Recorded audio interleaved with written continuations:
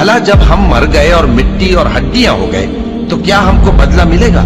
اللہ کہے گا کہ بھلا تم اسے جھانک کر دیکھنا چاہتے ہو؟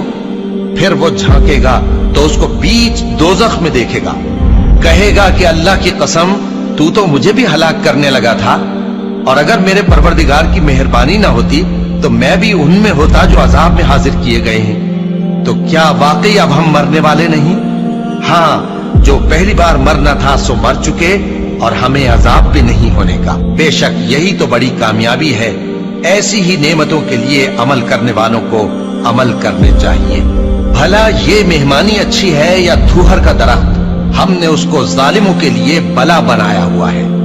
وہ ایک درخت ہے کہ جہنم کی تہ میں اگے گا، اس کے خوشے ایسے ہوں گے جیسے شیطانوں کے سر، سو وہ اسی میں سے کھائیں گے اور اسی سے پیٹ بھریں گے۔